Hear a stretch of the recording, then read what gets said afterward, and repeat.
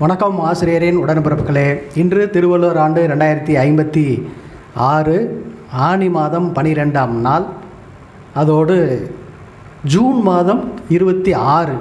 இப்போ இன்றைய நாளில் என்ன சிறப்பு என்றால் உலக போதை ஒழிப்பு நாள். இந்த போதை ஒழிப்பு நாளை முன்னிட்டு நம்முடைய அறிஞர் அண்ணா படிப்பகத்தின் சார்பாகவும் ஆசிரியர் நகுல்சாமி யூடியூப் சேனல் சார்பாகவும் கவிமணி சிட்பண்ட்ஸ் நிதி நிறுவனத்தின் சார்பாகவும் ஒரு கருத்தரங்கத்திற்கு ஏற்பாடு செஞ்சுருக்கிறோம். இந்த கருத்தரங்கில் கலந்துக்கிட்டு பேசுகின்ற கருத்துக்களை தெரிவிக்கின்ற சான்றோர் பெருமக்களுக்கும் இந்த சொற்பொழிவை கேட்டு பயன்பெற வந்திருக்கும் பயனாளர்கள் சான்றோர் பெருமக்கள் அனைவருக்கும் என்னுடைய மாலை வணக்கத்தை தெரிவித்துக் கொள்கிறேன். இந்த போதை ஒழிப்பு நாளில் நம்மால் இயன்ற அளவு இந்த போதை ஒழிப்புக்கு நம்முடைய பங்களிப்பை செய்வதற்காக இந்த கருத்தரங்கை ஏற்பாடு செய்திருக்கிறோம். போதை பல வகைப்படும். அது ஐயன் திருவள்ளுவர் காலத்தில் கல்லுண்ணாமை அப்படிங்கிற ஒரு அதிகாரத்தை வச்சு அதில் 10 குறள் சொல்லியிருக்கிறாரு. உள்ளொற்றி உள்ளூர நகப்படுவர், கல்லொற்றி கண் சாய்பவர். கல் குடித்துவிட்டு மயங்கி கிடந்தால் பார்க்கின்ற மற்ற மக்கள் என்ன செய்வாங்க? கேலி பேசி சிரிப்பாங்க. ஏன்னா ஒருத்தர் சுயநினைவு இல்லாமல் தன்னிலை மறந்து அவர் நடந்து கொள்கிறார் என்றால் மற்றவர்களால் அவர் கேலி செய்யப்படுவார். அதனால் நீங்கள் கவனமாக நடந்து கொள்ளுங்கள், இந்த கல் குடிப்பதை தவிர்த்து விடுங்கள் அப்படின்னு சொல்லி பல ஆயிரம் ஆண்டுகளுக்கு முன்னாலேயே ஐயன் திருவள்ளுவர் சொல்லியிருக்கிறார். ஆகையினால் அந்த காலத்தில் கல் இருந்திருக்கு. அதன் பிறகு அதனுடைய பரிமாணம் மாறி இருக்கிறது. தற்பொழுது மது ஆலைகளில் தயாரித்து விற்கப்படுகிறது. அது எல்லா இடங்களிலும் கிடைக்கிறது. இது ஒரு வகை.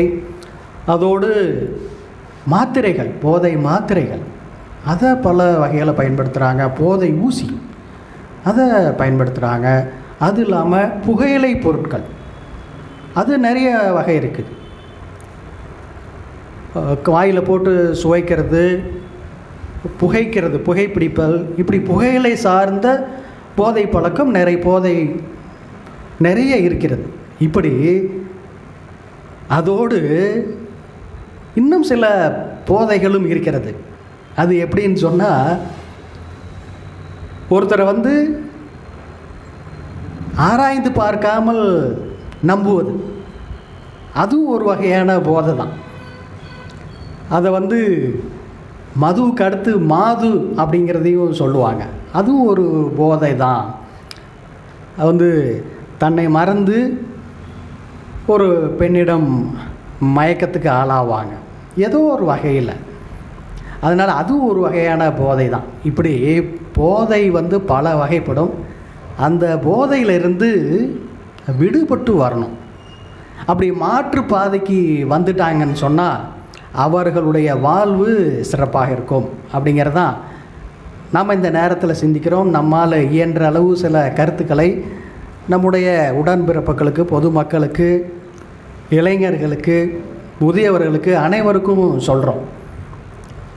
போதை பழக்கத்துக்கு ஏன் ஆளாகிறாங்க அப்படிங்கிறது முதல்.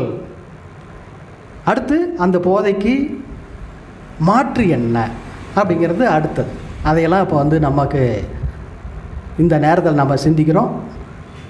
அதில் சில கருத்துக்களை, அறிவுரைகளை சொல்வதற்கு மூத்த நண்பர் கல்பாக்கம் சுப்பிரமணியம் ஐயா அவர்கள் வருகிறார். அனைவருக்கும் என் அன்பான மாலை வணக்கத்தை உரித்தாக்கி கொண்டு, அறிஞர் அண்ணா படிப்பகத்தின் சார்பாக இன்று நடைபெறுகின்ற போதை விழிப்புணர்வு கருத்தரங்கம், நம்ம எத்தனையோ நாட்களை பார்த்துருப்போம்.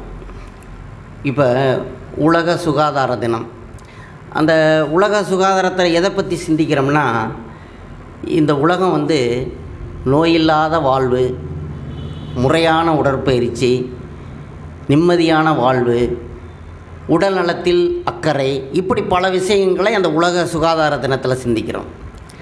அப்புறம் பார்த்திங்கன்னா சுற்றுச்சூழல் ஜூன் 5 உலக சுகாதாரம், ஏப்ரல் 7 சுற்றுச்சூழல் தினத்தில் எதை சிந்திக்கிறோம்னா, இந்த சுற்றுச்சூழல் மாசுபடுவதை தடுப்பது எப்படி. அதுக்கு நம்ம என்ன செய்கிறோம், நம்ம மரங்களை வளர்க்கணும், புகை அதிகமாக வரும் வாகனங்களை பயன்படுத்தக்கூடாது, இப்படி பல விஷயங்களை அந்த சுற்றுச்சூழல் தினத்தில் சிந்திக்கிறோம். அதே மாதிரி இந்த போதை விழிப்புணர்வு நாளில் எதை பற்றி சிந்திக்கணும், நம்ம போதையை பற்றியே சிந்தித்தோம்னா மக்களுடைய விழிப்புணர்வு ஏற்படாது. அதுக்கு மாற்று வழி என்ன, அதை சிந்திப்பது தான் இந்த கருத்தரங்கனுடைய முதற் கருத்து. அதை பற்றி தான் நம்ம கொஞ்சம் பேச போகிறோம். போதை வந்து ஒரு நீங்கள் போதையினுடைய பாட்டில் பார்த்தீங்கன்னா அதில் என்ன போதை வந்து உடல் நலத்திற்கு கேடானதுன்னு எழுதியிருக்கு, அது வீட்டுக்கும் நாட்டுக்கும் கேடானதுன்னு எழுதியிருக்கு. ஆனால் அதை பற்றி நம்ம சிந்திக்கிறதுக்கு எண்ணம் அதில் போகிறதில்ல. ஏன்னா அது சம்பந்தமான ஒரு விழிப்புணர்வு நமக்கு ஏற்படுவது இல்லை. அதுதான் உண்மை. காரணம் என்னென்னா, நம்ம வந்து 2-3 காரணங்கள். ஒன்று வந்து என்னென்னா, அவருடைய வறுமை, வேலையின்மை, அப்புறம் அவனுடைய சில சிக்கல்கள். இன்று கடந்த 2-3 நாட்களாக இந்த தமிழகத்திலே இந்த போதை மாத்திரைகள், கொக்கைன், நான் இப்போ தான் உண்மையிலே சொல்கிறேன், நேற்று தான் அந்த பேரே கேள்விப்படுறேன். அந்த கொக்கைன் ஒரு போதை மாத்திரை எப்படியெல்லாம் பெரிய செலிபிரிட்டிஸ்ன்னு சொல்கிறாங்களே, இவங்களை பாதித்து இருக்கிறது என்பதை நம்மெல்லாம் நன்றாக தெரியும். அவன் வந்து நேற்று அந்த ஒரு நடிகர் சொல்கிறாரு, என்னுடைய குடும்ப பிரச்சனை, என்னுடைய வறுமை, அவனுக்கு சரியான ஒரு இது அமையலை. அதாவது என்ன, அவன் எதிர்பார்த்தல, அவன் நல்ல ஒரு நடிகராக இருந்திருக்கான், இப்போ அவனுடைய வாய்ப்புகள் கம்மியாக இருக்கிறது. இப்படிப்பட்ட சூழ்நிலையில் அவனுடைய பாதை பாதையின் போதையில் செல்கிற வழியில் மாதிரி போதையில் போயிட்டான் அவன். அதுக்கு மாற்று வழி அவன் எப்படி சிந்திச்சிருக்கணும்னு சொன்னால், நல்ல நண்பர்களை தேர்ந்தெடுத்திருக்கணும். அவனுடைய கஷ்டங்களை, ஒருவேளை குடும்ப கஷ்டங்கள் இருக்கலாம், அல்லது அவனுடைய பண கஷ்டங்கள் இருக்கலாம், பட வாய்ப்புகள் வராத சூழ்நிலை இருக்கலாம். அதை எங்கே பகிர்ந்து கொண்டால், நண்பர்களிடம் பகிர்ந்து கொண்டால் நிச்சயமாக அவனுடைய போதையின் பாதையிலிருந்து விடுபட்டிருப்பான். இது ஒன்று காரணம். ஒரு சின்ன உதாரணம் நான் சொல்ல விரும்புகிறேன். நான் காந்தி கிராமத்தில் ஜிஜிஎம் வாக்கிங் ஃப்ரெண்ட்ஸுன்னு ஒரு குரூப் வச்சுருக்கோம். அதில் ஒரு 20 பேர் மெம்பராக இருக்காங்க. 20 பேரும் பார்த்திங்கன்னா, ஐயா கூட அதில் இருக்கிறாங்க, டெய்லி வருவாங்க. 20 எக்ஸ்பர்ட், டெய்லி ஒரு எக்ஸ்பர்ட் வந்து சரியாக மாலை 7 மணியிலிருந்து 7:15 மணி வரைக்கும் பேசுவார் ஒரு சப்ஜெக்டை பற்றி, ஏதோ ஒரு சப்ஜெக்ட். அதை பார்த்தீங்கன்னா நம்மளுடைய எண்ணங்கள், நம்ம வீட்டில் இருந்து நிறைய கஷ்டங்களோட போகலாம், நிறைய பேர்த்துக்கு வீட்டுக்கு அந்த மாதிரி இருக்கிற இடத்துல அங்கே போயிட்டு வந்தால் ஒரு ஃப்ரெஷ்னஸ், ஒரு விழிப்புணர்வு, ஒரு தெம்பு வந்த மாதிரி இருக்கும். எனக்கெல்லாம் உண்மையிலே சொல்கிறேன், நான் ரிட்டையர்ட் ஆகி பணி ஓய்வு பெற்று இந்த காந்தி கிரவுண்டு எனக்கு மறுவாழ்வு கொடுத்த மாதிரி. நான் கல்பாக்கத்தில் இருக்கும்போது நண்பர்களோடையே இருந்தேன். நான் சொந்தக்காரங்களோட அதிகமாக இருந்ததில்லை, நண்பர்கள், நானும் ஒரு நண்பர்களோடு இருந்தேன். இங்கே வரும்போது கொஞ்சம் கஷ்டப்பட்டேன். ஆனால் இப்போ பார்த்தீங்கன்னா என்னால் காலையும் மாலையும் அந்த 20 பேருடைய நண்பர்களுடைய உடற்பயிற்சி, அந்த நடைப்பயிற்சி, அவரோட இன்பச் சுற்றுலா, இப்படியெல்லாம் நான் அவங்களோட இருக்கிறது பார்த்திங்கன்னா எனக்கு வந்து 99% மன ஸ்ட்ரெஸ்ஸுன்னு சொல்கிறோம் இல்லையா, அது இல்லவே இல்லை. எவ்வளோ பிரச்சனைகள் இருந்தாலும் அந்த நண்பர்கள்கிட்ட போயிட்டு வந்துட்டேன்னா எனக்கு அந்த பிரச்சனைகளே என்னை விட்டு போயிடுது. எப்படா அடுத்த நாள் காலையில் வரும். இப்போ இரவு நான் 9 மணிக்கு தான் வருவேன். அடுத்த நாள் காலை எப்போ வரும் என்று காத்திருக்க வேண்டிய ஒரு சூழ்நிலையை உருவாக்கிருக்கிற எது என்றால் அந்த நட்பு வட்டம்தான். ரெண்டாவது என்னென்னா, இன்னொரு விஷயம், அந்த சாதாரண நண்பர்கள் இல்லைங்க. அவங்கெல்லாம் பார்த்திங்கன்னா ஒவ்வொரு துறையிலும் ஒரு எக்ஸ்பர்ட், ஒவ்வொரு அவார்டாக வாங்கிட்டு இருக்கிறாங்க. ஜூன் 5 நாங்கள் வந்து போன வருஷம் ஐயா வந்திருந்தார, எனக்கு ஞாபகம் இல்லை, கரட்டுப்பட்டின்னு ஒரு ஊரை தேர்ந்தெடுத்து அங்கே ஒரு குளத்தில் ஒரு 500லேருந்து 600 மரங்களை நட்டோம். யாருடைய உதவினால்? இந்த வனத்துறையுடைய ஃபாரஸ்ட் ஆஃபீஸரே வந்திருந்தார், டிஎஃப்ஓ வந்திருந்தார், டிஸ்ட்ரிக்ட் ஃபாரஸ்ட் ஆஃபீஸர். அவருடைய உதவினார ஒரு விழா எடுத்து அந்த விழாவுக்கு 500 மரக்கன்றுகளை அங்கே நட்டு வச்சுருக்கிறோம். அதெல்லாம் பார்த்திங்கன்னா இன்றைக்கி வந்து ஒரு 6 அடி 7 அடி அளவுக்கு வளர்ந்துருக்கு. 2 ஆண்டுகள் தான் ஆகுது. அதே மாதிரி நம்ம அரசு மருத்துவமனையில் போலீஸ் பீட் இருக்குது பார்த்திங்களா, அதை சுற்றி 25 மரக்கன்றுகள் நட்டுருக்கோம்.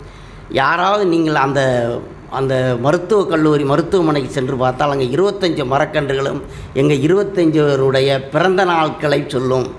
ஒவ்வொரு பிறந்த நாளும் அங்கே ஒரு கன்று நட்டிருக்கிறோம். அதே மாதிரி அந்த கிரவுண்டு, அந்த காந்தி கிராம கிரவுண்டு இருக்குது பார்த்திங்களா, அதை சுற்றி எல்லாமே அதாவது 100 மரங்கள் என்றால் 90 மரங்கள் நாங்கள் நட்டதாகத்தான் இருக்கும். நட்டது மட்டுமல்ல, நாங்கள் 15 நாட்களுக்கு ஒரு முறை ஒவ்வொருவரும் 100 ரூபா போடுவோம். 2 லோடு தண்ணீர் வாங்கி அந்த செடிகளுக்கு விட்டுருக்கோம். இன்றைக்கி நீங்கள் பார்த்தீங்கன்னா ஒரு சோலை மாதிரி இருக்கிறது அந்த மரம். நான் ஏன் இதை சொல்கிறேன் என்றால், அந்த 20 நண்பர்களும் நோக்கத்தை மாற்றிக்கொண்டார்கள், தன்னுடைய பாதையை நல்வழிப்படுத்தி கொண்டார்கள். இந்த நண்பர்கள், இந்த போதை நண்பர்கள் இருக்கலாம், அவர்களெல்லாம் அதிலே 1-2 பேர், நான் பேர் சொல்ல விரும்பவில்லை, அவர்களே சொல்லியிருக்கிறார்கள் எங்களிடம். அவர் நல்ல தண்ணி அடிச்சுட்டு ஒரு பஸ்ஸில் ஏறி எங்கே போகிறதுன்னு தெரியாமல் போயிடுவாராம். போயிட்டு அடுத்த நாள் தான் திரும்பி வருவாராம். அப்படிப்பட்ட நண்பர்கள். அவருடைய மனைவி இறந்துருக்காங்க. அந்த சமயத்தில் அவர் என்ன தெரியும்னு தெரியல. அவர் தண்ணி போடுவாராம், ஒரு பஸ்ஸில் ஏறுவாராம், ஒரு இடத்துக்கு போய் எங்கே போகிறதுன்னு தெரியாமல் போவாராம் அந்த பஸ்ஸு. அடுத்த நாள் தான் திரும்பி. அப்படிப்பட்ட நண்பர் இன்றைக்கி எங்களுடைய குரூப்புக்கு ஒரு அட்வைசர் மாதிரி இருக்கிறார். அப்படி பல பேர்களை மாற்றியது எது என்றால் அந்த நட்பு வட்டம்தான். அந்த நட்பு வட்டத்தை பழகி கொண்டால் இந்த போதையின் பாதையிலிருந்து நிச்சயமாக விடுபடலாம் என்று சொல்லி மீண்டும் ஒரே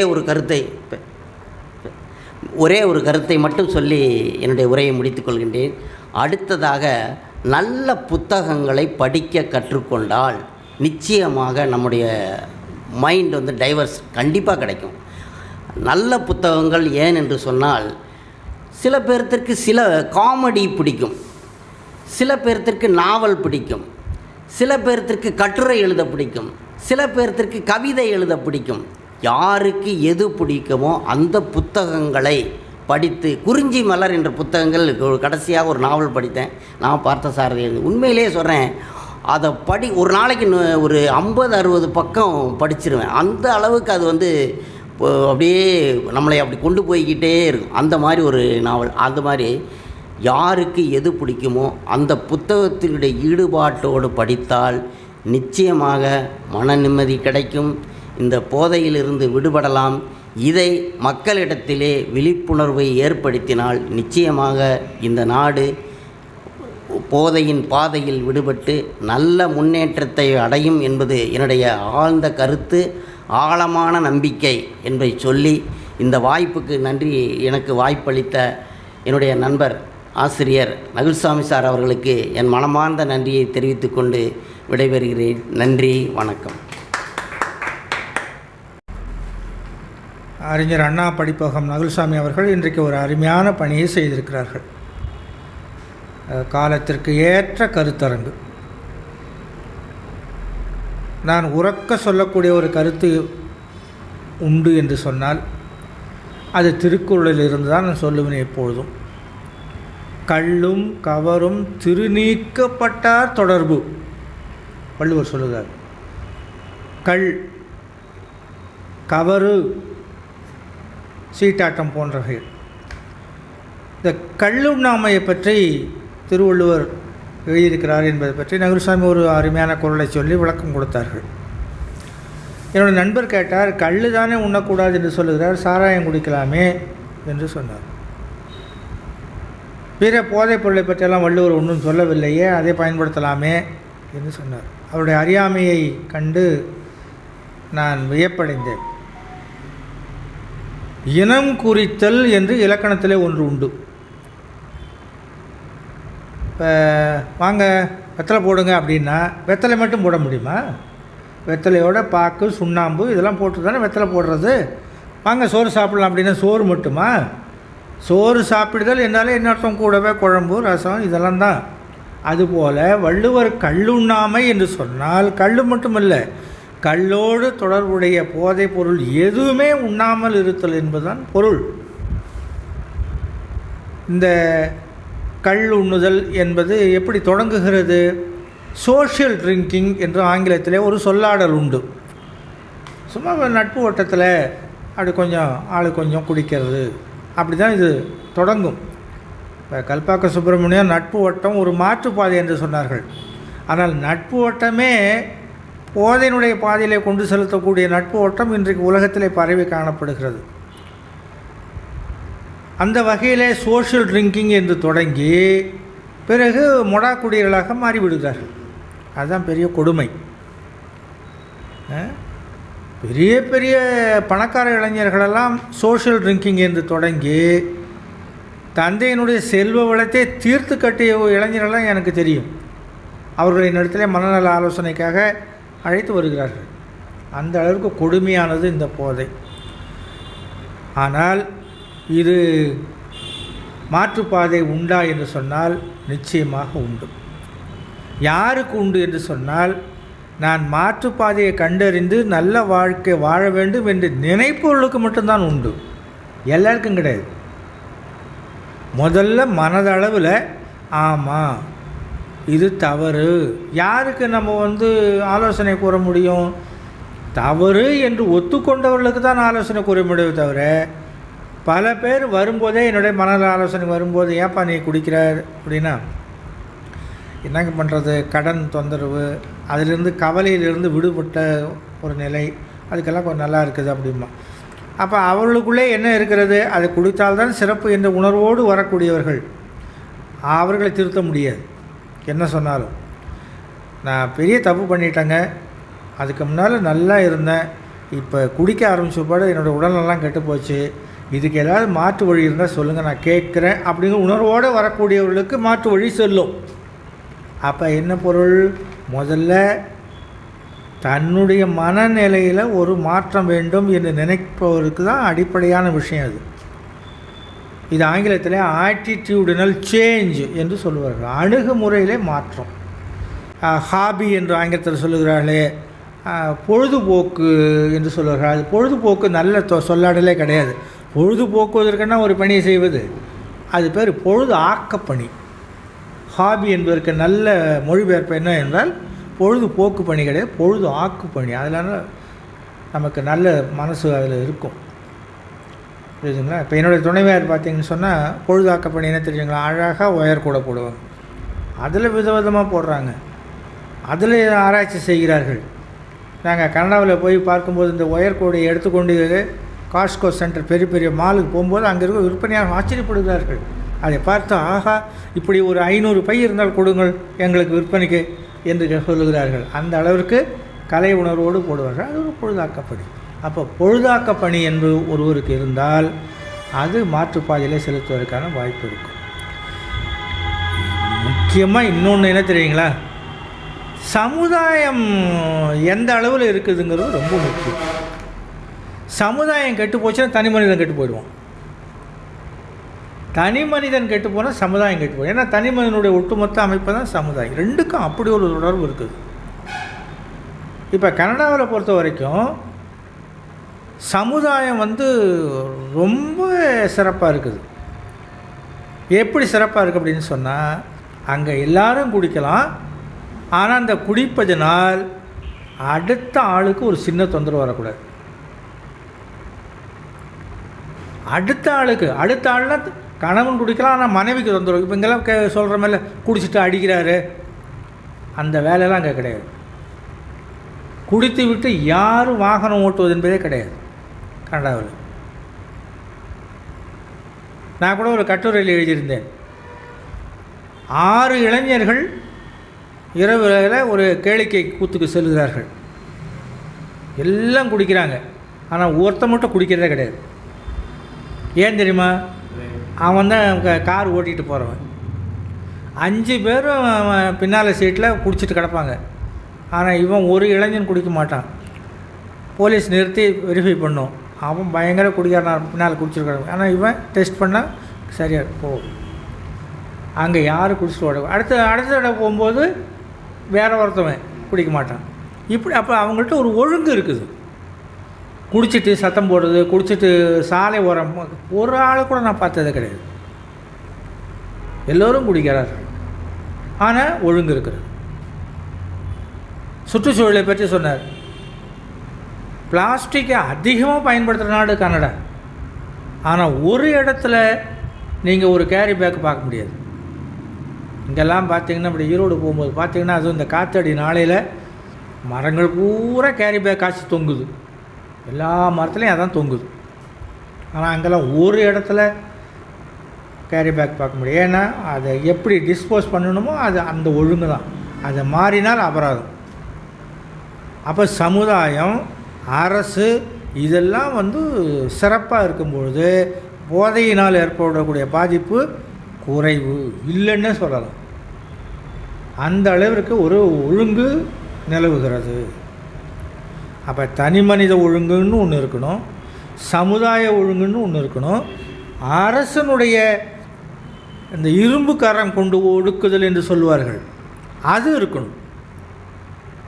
இதெல்லாம் இருந்துன்னு சொன்னால் போதை இல்லாத ஒரு இளைஞர் சமுதாயம் உருவாகும். ஆனால் கொடுமையான செய்தி என்னன்னா, நம்ம இந்தியா மிக அருமையாக உயர்ந்து கொண்டு இருக்கிறது. எத்தனையோ விஷயத்தில் தலை நிமிர்ந்து நிற்கலாம். ஆனால் இந்த போதை விஷயத்தில் மட்டும் தலை குனிந்து தான் நிற்க வேண்டியிருக்கிறது. இன்றைக்கு பள்ளி அளவில் போதை அதிகமாகிவிட்டது. நான் முதல்வராக இருந்த போதெல்லாம் ஆண்டு விழா மாலை 7 மணிக்கு தொடங்கி இரவு 11 மணிக்கு முடிப்போம். ஒரு சிக்கலும் வராது. எல்லாம் ஆண்களும் பெண்களும் படிக்கக்கூடிய பள்ளியில் தான் நான் முதல்வராக இருந்தேன். எந்த சிக்கலும் நான் பார்த்தது கிடையாது. ஆனால் இன்றைக்கு ஒரு பள்ளியில் கூட மாலை 6 மணிக்கு மேல் ஒரு விழாவை நடத்த முடியாது. எல்லாம் பசங்கள்லாம் போதையில் வராங்க. அதனால் பெண்களுக்கு சில பிரச்சனைகள் வருகிறதுன்னு சொல்லி யாரும் 6 மணிக்கு மேலே இப்போ விழாவை நிறுத்தி விட்டார்கள். எல்லாம் பிற்பகல் 2 மணிக்கு தொடங்கி முடிச்சுட்டு போயிட்டு வாங்க அப்படிங்கிறாங்க. ஆனால் நாங்களாம் 11 மணிக்கு பெற்றோர்களும் எல்லாம் ஓய்வாக அருமையாக நடத்துவோம். அதெல்லாம் ஒரு காலகட்டம். இன்றைக்கு பள்ளி அளவிற்கு வந்து விட்டது. கல்லூரி கேட்கவே வேண்டாம். அப்புறம் விலை போட்டு வாங்கவா முடியும் கல்வி பாரதிதாசன். அதே வரி தான், விலை போட்டு வாங்க வா முடியும் என்ற நிலை இன்று இருக்கிறது.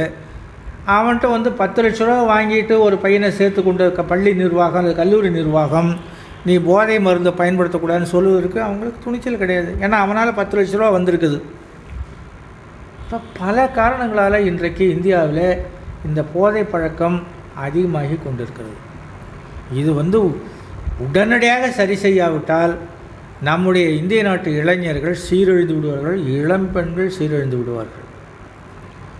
அதனால் அறிஞர் அண்ணா படிப்பகம் சார்பில் இன்றைக்கு நடைபெறும் கருத்தரங்கு உண்மையிலே ஒரு கண் திறப்பு கருத்தரங்கு என்று சொல்ல வேண்டும். அதனால் எல்லோரும் கூடி சிந்தித்தால் இந்த போதைக்கு மாற்றுப்பாதையை கண்டுபிடிக்க முடியும். அப்படி யாராவது இளைஞர்கள் போதைக்கு அறிமுகமாகி இருந்தால் அது பெற்றோர்கள் கண்காணிக்க வேண்டும். நான் அடிக்கடி பெற்றோர்களுக்கு சொல்லக்கூடிய ஒரு செய்தி உண்டு. அதைத்தான் இப்போதும் நகுல்சாமி யூடியூப் சேனல் வழியாக நான் ஒரு செய்தியாக சொல்லுகிறேன். Trust your child but watch your child.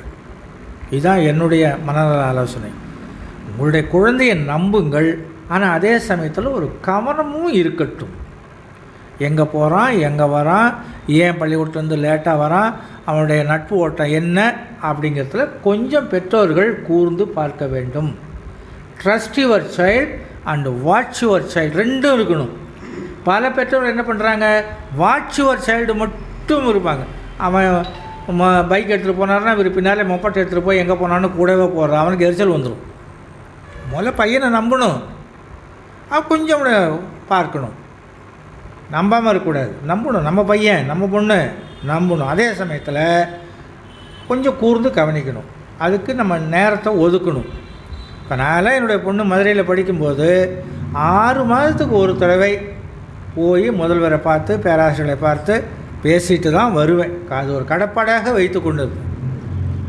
சில பேர் பார்த்திங்கன்னா அட்மிஷன் போடுவாங்க ஃபஸ்ட் இயரில், அப்புறம் அவனாக படித்து முடிச்சுட்டு வந்துடுவான் 4 வருஷம். என்ன பண்ணுறான் ஏது பண்ணுறான்னு தெரியாது. இப்போ வெளிநாட்டெல்லாம் பார்த்திங்கன்னு சொன்னால் அந்த குழந்தைகளை எப்படி வளர்க்குறாங்கன்னு சொல்கிறதுக்கு ஒரே ஒரு உதாரணம் சொல்லி உரையை முடிக்கின்றேன். நம்முடைய நேரம் 2 வகை. ஒன்று ப்ரைம் டைம், இன்னொன்று ஆர்டினரி டைம் ஆங்கிலத்தில் சொல்லுவோம். பயனுள்ள நேரம், இன்னொன்று சாதாரண நேரம். குழந்தைகளோடு பெற்றோர்கள் பயனுள்ள நேரத்தை செலவு செய்ய வேண்டும். ராத்திரி 10 மணிக்கு தூங்கும் நேரத்தில் வாடான்னு கூப்பிட்டு உட்கார வைக்கிறதுல பிரயோஜனம் இல்லை. மாலை நேரத்தில், காலை நேரத்தில் அந்த நேரம் ஒதுக்கி அவங்க கூட நம்ம பண்ணணும். என்கிட்ட ஒருத்தர் வந்தார், புஸ்தகமே படிக்க மாட்டேங்கிறான் சார், எதை வாங்கி கொடுத்தாலும் தொட மாட்டேங்கிறான். எப்படி தொடுவாங்க? நான் கேட்டேன், நீங்கள் எப்போயாவது படிக்கிறீங்களா? இப்போ குறிஞ்சி மலர் ஒரு நாளைக்கு 50 பக்கம் படிக்கிறேங்கிறாரு. ஒரு பசங்களும் படிக்கிறதுக்கு வாய்ப்பு உண்டு. நான் சொல்லுவதெல்லாம் என்னென்னா, வாரத்தில் ஒரு நாளாவது பொண்ணு, பையன், மனைவி நீங்கள் எல்லோரும் உட்காந்து புத்தகம் படிங்க. ஆளுக்கு ஒரு புஸ்தகம் கையில் வைங்க. அப்புறம் பாருங்க அதை வழக்கமாகிவிடும். அதனால் எல்லாவற்றுக்கும் ஒரு மாற்றுப்பாதை உண்டு. நிச்சயமாக எந்த சிக்கலுக்கும் ஒரு தீர்வு உண்டு. நான் பல சமயத்தில் நன்றாக பூட்டை போட்டுவிட்டு சாவியை தொலைத்து விட்டு ஐயோ திறக்க முடியவில்லை என்று சொல்லி கொண்டிருக்கிறோமே தவிர எல்லாவற்றிற்கும் தீர்வு உண்டு. ஒரு பூட்டை ஒருவன் தயார் செய்யும் போதே என்ன செய்கிறான்? சாவியும் தயார் செய்கிறான். அதே போல் நமக்கு ஒரு சிக்கல் வாழ்க்கையில் வருகிறது என்று சொன்னால் கூடவே அதற்கு தீர்வு உண்டு. ஆனால் அதை பற்றி சிந்திக்க வேண்டும். எனவே இது ஒரு அருமையான கருத்தரங்கு. நகுல்சாமி அவர்களை பாராட்டி இந்த அளவில் விடைபெறுகிறேன். நன்றி. முனைவர் ஐயா அவர்கள் மிக தெளிவாக போதைக்கு எப்படி ஆளாகிறாங்க அப்படிங்கிறத சொன்னார். எப்படி போதையிலேருந்து விடுபட வேணும், அதற்கு வழி என்ன, மாற்றுப்பாதை என்ன அப்படிங்கிறதையும் சொன்னார். போதைக்கு எப்படி ஆளாகிறாங்க அப்படின்னு சொன்னால் அதுக்கு காரணமும் நட்பு வட்டம்தான். போதையிலேருந்து விடுபடுவதற்கு காரணம் என்ன அப்படின்னு சொன்னால் ஒரு நல்ல நண்பர்களோடு சேரணும்னு கல்பாக்கம் ஐயா சொன்னார். ஆக நல்ல நண்பர்களை தேடி நட்பாக்கி கொள்ள வேண்டும், அதுதான் முக்கியம். இது ஒரு சரியான தீர்வு. போதைக்கு எப்படி ஆளாகிறாங்க அப்படின்னு சொல்லி பார்க்கும்போது சில நண்பர்களோடு பார்ட்டி, கொண்டாட்டம் அப்படிங்கிறதுல தான் ஆரம்பிக்குது. மது பழக்கமே அங்கே தான் ஆரம்பிக்குது. அந்த மாதிரியான கொண்டாட்டங்களில் மதுவை தவிர்த்து மற்ற உணவு வகைகள் இப்படி எடுத்துக்கொள்ளலாம். எந்த ஒரு வழியானாலும் மதுவை தவிர்க்க வேண்டும். அது கொஞ்சம் கொஞ்சமாக பழகி ஒரு காலத்தில், ஒரு கட்டத்தில் அது மனிதனுடைய இரத்தத்தில் கலந்து அதற்கு அடிமையாகக்கூடிய ஒரு சூழ்நிலை உருவாகும். அதனால் போதை தவிர்க்கப்பட வேண்டும். அதற்கு மாற்றுப்பாதை என்ன அப்படிங்கிறதையும் இந்த கருத்தரங்கத்தில் கலந்து கொண்டு கல்பாக்கம் சுப்பிரமணிய ஐயா அவர்கள் சொன்னார்கள். முனைவரா கோவிந்தராஜ் ஐயா அவர்கள் சொன்னார்கள். இது பலருக்கு பயனுள்ளதாக இருக்கும் என்று நான் நம்புகிறேன். இந்த போதை பழக்கத்துக்கு ஆளானவங்க 24 மணி நேரமும் அந்த மது அருந்துவதில்லை. எப்பயாச்சும் மது அருந்தாமல் இருப்பாங்க. அந்த நேரத்தில் இன்னொருத்தர் மது அருந்திட்டு அவருடைய சேட்டைகளை பார்க்குறீங்க இல்லையா, அப்போயாச்சும் பார்த்து திருந்திக்க அப்படின்னு ஐயன் திருவள்ளுவர் சொல்கிறார். கல் உண்ணா பொழுது கலித்தானை காணுங்கால் உண்டான்கொள் உள்ளதன் சோர்வு. நீங்கள் கல் உண்ணாத போது அந்த கல் சாப்பிட்டுட்டு மது அருந்திட்டு போதைக்கு அடிமையாகி கிடக்கிறான் பாருங்கள், அவனை பாருங்கள். அவன் என்ன பண்ணி கிடக்கிறான் பாருங்கள். வாய் குளறி பேசுவான். அவன் கிட்டத்தில் வந்தாலே ஒரு துர்நாற்றம், ஒரு கெட்ட வாடை வீசும். ஆடைகள்லாம் அழுக்காகி போய் கிடக்கும். எங்கேயாச்சும் ஒரு பக்கம் கீழே விழுந்து கிடப்பான். குளறி பேசுவான். வாகனத்தை ஓட்டும்போது தள்ளாடிக்கிட்டு ஓட்டுவான். அப்படி ஆளை பார்த்தும் நீங்கள் திருந்தலைன்னு சொன்னால் இப்போ எப்படி அப்படின்னு சொல்லி என் திருவள்ளுவர் கேட்குறார். அதனால் நீங்கள் இந்த மதுவுக்கு ஆளாக போகிறவங்க, ஆளானவங்க எல்லாமே சிந்திக்க வேண்டியது, மது கூடவே கூடாது அப்படிங்கிறது தான். அப்படி ஏதோ ஒரு வகையில் அந்த மது பழக்கத்துக்கு ஆளானவங்க அதிலிருந்து விடுபட வேண்டும் அப்படிங்கிறதுக்கு தான் இந்த நேரத்தில் நாம் சிந்திக்கிறோம். போதைக்கு மாற்றுப்பாதை என்ன அப்படிங்கிறத சான்றோர் பெருமக்கள்லாம் சொன்னாங்க. அது அனைவருக்கும் பயனுள்ளதாக இருக்கும் என்று நான் நம்புகிறேன். இந்த கருத்தரங்கில் கலந்து கொண்ட சான்றோர் பெருமக்கள், பார்வையாளர்கள் அனைவருக்கும் ஆசிரியர் நகுல்சாமி யூடியூப் சேனல் சார்பாக, அறிஞர் அண்ணா படிப்பகத்தின் சார்பாக நன்றியை தெரிவித்து விடைபெறுகிறேன். நன்றி, வணக்கம்.